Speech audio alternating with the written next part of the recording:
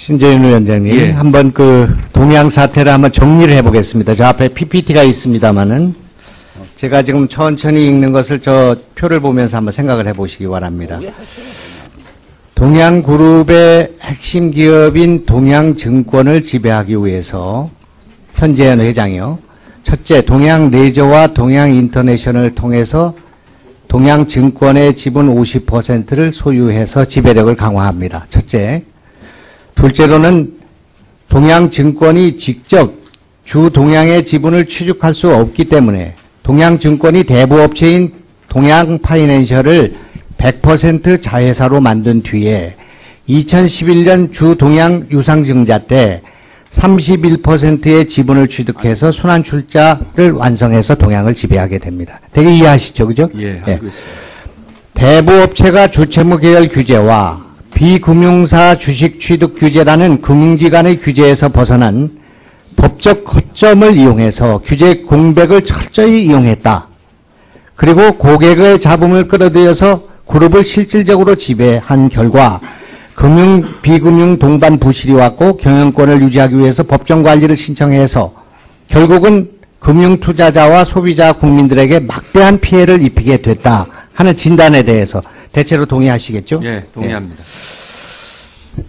금산법에 보면은 금융기관이 다른 회사의 주식을 20% 이상 보유하거나 5% 이상 보유하면서 그 기업 집단이 사실상 지배하는 것을 금지하고 있죠. 예, 그렇습니다. 예, 그런데 동양 파이낸셜 대부는 동양 1,605억 원을 들여가지고 자본금 236%가 되겠습니다만 지분을 31.2%를 소유하게 됐죠. 그죠? 예, 그렇습니다. 예, 저기 이제 보면은 여기 나오죠. 여기 동양 파이낸셜에서 31.2%. 2013년 요건 이제 신재윤 위원장님 취임하시고 난 뒤인데 동양 네트워크의 TY머니가 23.1%를 소유하게 됐죠. 그죠? 예. 지금 동양 파이낸셜은 금산법 6조 24조 6항에 따르면 금융업이죠. 금융업을 하고 있는 거죠. 예, 뭐 금융업이죠. 봐야죠. 예. 그래서 그것을 지금 현재 금융업이기 때문에 이게 31.2%는 이렇게 소유하게 되는 것은 금지되게 되어 있는데 금융위원회는 초과 소유 요건을 심사한 다음에 승인하게 되어 있는데 승인했습니까? 의원님, 그 금산법에 금융기관의 개념이 두 개가 있는데. 알겠습니다. 예. 그래서 제가 그걸 여쭤보려고 하는데 결국 동양 파이낸셜은 금융업을 하고 있지만 금융기관은 아니다. 그 말씀 하시려고 하는 예, 거죠. 그렇습니다. 예. 거기 허점이 있는 거죠. 예, 거기 허점이 있었습니다. 예. 또 금산법에 따르면 5% 이상의 지분을 취득할 수 없게 돼 있죠. 동양증권은 주동양이 산업자본이기 때문에. 그죠? 그런데 동양대부는 금산법이 규정하는 금융기관이 아니기 때문에 주동양의 지분을 초과 소유할 수가 있었죠. 예, 그렇습니다. 동양증권은 동양을 소유할 수가 없는데, 그죠? 요거는 금산법에 금지된 거죠. 동양파이낸셜은 대부분 금융업은 하고 있지만 금융기관이 아니기 때문에 소유할 수 있다. 이런 허점을 이용한 거죠. 네, 그렇습니다. 그죠? 그래서 말하자면 술을 대놓고 지금 팔고 있는데 술 장사는 아니다. 이렇게 말하는 것과 같은 겁니다. 그죠? 이런 허점을 왜 금융위원회가 제대로 파악을 하지 못했을까요? 예, 그 당시에 금산법 24조를만 네네. 예, 제가 뭐 그때 그 법을 기초안을 만들었습니다만 그 당시에는 이 대부업체가 금융기관으로 인정하기에는 왜냐하면 그 금산법이라는 잡채가 고객의 돈을 통해서 시간이 없어서 제가 좀 말씀 끊는 거 양해해 주시기 바랍니다. 그래서 하여튼 그 허점이 있었던 거는 인정합니다. 2011년 3월 동양파이낸셜이 동양의 유상증자에 참여해서 30% 이상의 지분을 취득할 때 금융위원회의 승인을 받았습니까? 안 받았습니다. 또 동양과 동양네트워크스는 동양그룹의 지주회사 노릇을 했는데 대부업체가 산업자본을 지배하는 것은 금산법의 취지에 위배되는 것이죠. 취지에는 위배되는데 법적으로는 위배가 되지 않는 법적인 허점이 있었기 때문에 시행령의 허점이 있었기 때문에 그런 거니까 그거는 위배죠. 금산법 시행령 2조 금융기관이 여신 전문회사를 포함하고 대부업체를 포함시키지 않은 것은 법률에서 위임한 사항을 시행령에서 제대로 규정하지 못한 그런 책임이 있는 거 아닙니까? 예, 일부 책임 인정합니다. 그래서 지금 현재 제가 그 다음 슬라이드 보면요. 이 네 가지 문제가 있었습니다. 지금 현재 법적인 제도가 금융기관의 산업자본의 지배를 금지하는 금산법이죠. 여기에 금융기관의 정의의 대부업체가 포함되지 않은 거죠. 여기에 허점이 있었죠. 네, 그렇습니다. 그래서 결국은 이 문제를 일으키게 됐다.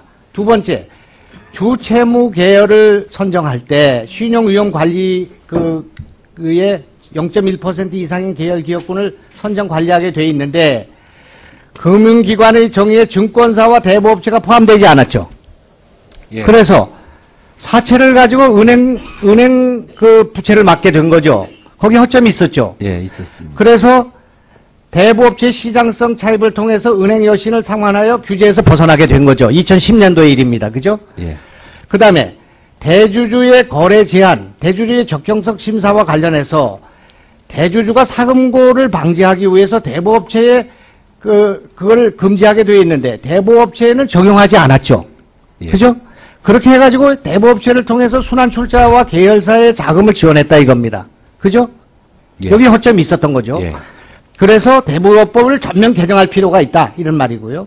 사회이사를 이건 뭐 현 회장이 동양증권 사회이사가 10년이 돼 있었던 그런 사회이사의 문제와 관련해서 후보 추천위원장이 돼 있다 이겁니다.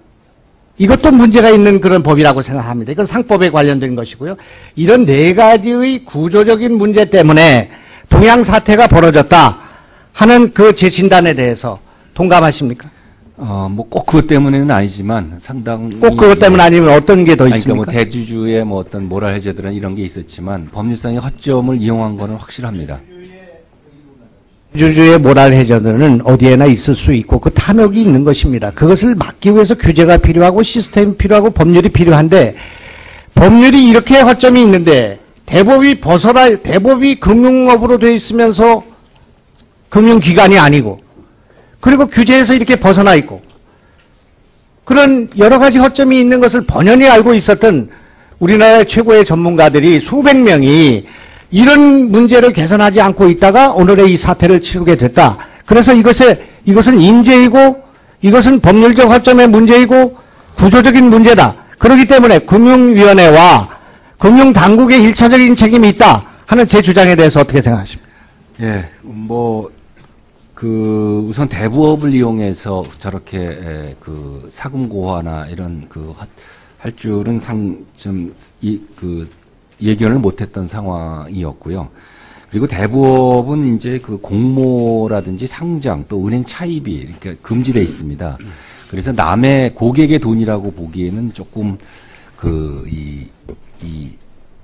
남의 돈을 빌려서 산업을 지배한다고 보기까지 해석하기가 좀 어려웠던 부분이 있습니다. 근데 요번에 동양 사태로 보면 이러한 부분도 저희가 앞으로는 규제를 해야 될 부분이 아닌가라는 생각을 해서 요번에 동양그룹 관련해서 금융감독원하고 저희하고 이 재발 방지 대책을 마련을 할 때 이러한 법의 미비점을 보완하도록 그렇게 하겠습니다.